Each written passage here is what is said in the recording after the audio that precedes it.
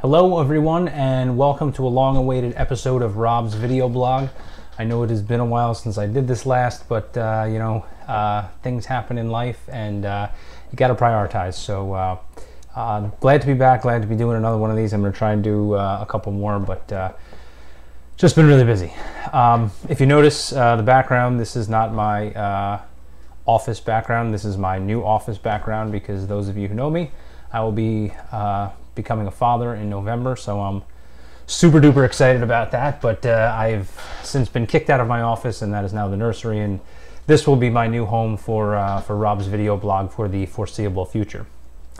I was traveling just maybe a couple months ago, and I had to shave before I was going to visit my client. And I didn't have any shaving cream, and I called downstairs, and usually, you know, the front desk, they got toothpaste, toothbrush, shaving cream, that kind of stuff. Didn't have any shaving cream. So I was like, you know what, I looked awful. I hadn't shaved in like 3 days. I was in and out of airports. So I said, you know what, let me just, women shave their legs with soap. Let me just use some soap. And let me tell you something, it's a scam. Like, you really don't need shaving cream. You really just need to use some soap. And I will say this, when I did it, I was in Alabama, and the water in Alabama is really bad, really hard water. And if you've ever washed with cheap soap and hard water, it creates like a film on your skin. It actually becomes almost slimy. And that sliminess actually worked as like a perfect lubricant to shave my face. So I shaved my face, came out absolutely perfect, put a little lotion on there, and I was ready to go for the day. So dump the shaving cream and just try it with some soap. You'll be amazed at how well it actually works. And I've noticed, shaving cream, the foamy stuff, and even the gel, if you put it on your face, by the time you finish one half and come to the other side, it's kind of dried up and stuff like that. Didn't happen with the soap. It stayed all nice and slippery and stuff, so it worked out really well. So give that a shot. Also, this summer, just a little plug, I went to see Brandywine Road. They are a original and cover band. I went to see them at the Stone Pody in Asbury Park. Highly, highly recommend. Really, really, really good group. Excellent covers. And to be honest with you, I really, really enjoyed and got into their original. So like them on Facebook. I'll put a link below the video so that you can get involved with them. But they play locally around where I live. So go out and see them and have a good time and support the band. So I have an iPhone. And I'm not quite sure how much I've lamented about how much I hate the iPhone on this video blog, but I'm sure I have.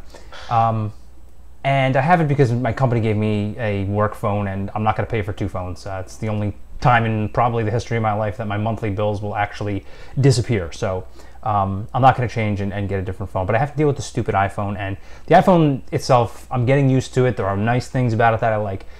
I just can't handle the friggin' cables, okay? This is the iPhone 5 or 6, or maybe they're the same, I don't know. Another thing, I don't know why the hell they're changing cables between iPhones, nonetheless. This is the charger cable and data cable.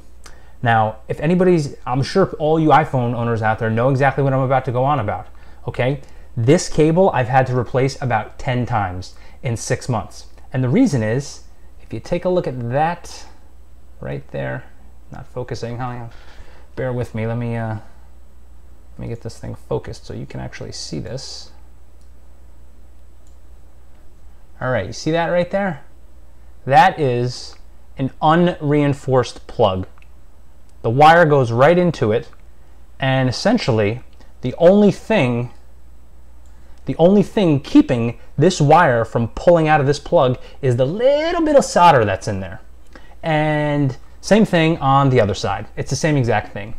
And when you plug it in, you plug it out, and you're pulling things like that, it inevitably pulls out. I mean, literally within weeks, the thing pulls out. And even without pulling on it, just bending it a little bit, because there's literally no reinforcement, and it's just the only thing that's holding this thing on there is the soldered wire to the actual little chip in there.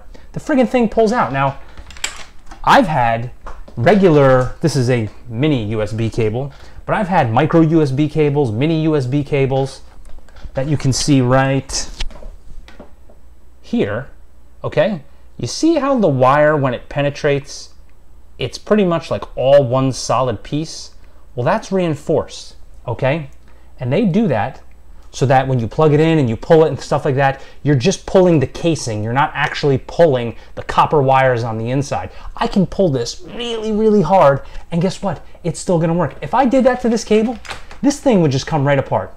And on top of it, they put some stupid little chip in it. So, you know, when you go to buy a cable, it costs you 10 bucks to buy a cable because you can't buy a standard USB cable. I just can't handle stupid proprietary crap like that. It's one thing, and, you know, this was always the argument about, like, Apple products was like, yeah, they're really expensive, but they are very high quality products. And I will say my wife has a MacBook, and the charger that attaches is actually like magnetic. It's not even really a plug. It just kind of goes on and there's a magnet. I think that's an excellent idea. I mean, you really can't wear that plug out. That's an excellent idea. One of the arguments for the expense of Apple products was, yeah, they have proprietary connectors and, you know, they're expensive, but they're really, really high quality products. Well, guess what? This is not high quality. This is an engineered piece of junk, okay? And it's more expensive and it doesn't work. And every other phone and communication device on the planet uses a standard USB cable that's reinforced. For the love of God, please, Apple, and I know you're not going to do it, but get rid of these things. These things are the biggest pieces of junk. Okay, and the last thing that I want to talk about was, I read, it was maybe a month and a half, 2 months ago, something like that, was like the anniversary of the 2 atomic bombs that got dropped on Hiroshima and Nagasaki. And every year, obviously, in Japan, they have a huge memorial ceremony, and I don't know if it's the prime minister or president, whoever the leader is there in Japan, you know, obviously presides over the whole ceremony and speaks. And, you know, they had a really nice ceremony and everything, but he said something that was like, I think was really appropriate, and finally, and he really needed to say, and I can definitely get behind it. And he said, you know, World War II was over 50 years ago. And, you know, 2/3 of the people that live in Japan weren't even of voting age at that time. They were little kids, or they weren't even born yet. Japan is done apologizing for their involvement in World War II. It's over. It's done with. That generation of people has passed and is gone. This is a new generation of people. And he declared that Japan will no longer apologize for their involvement in World War II. And you know what? Kudos to him, and kudos to the Japanese people, because there's a lot of being held responsible for stuff that other people did. It's ridiculous. It's immoral. It's illogical.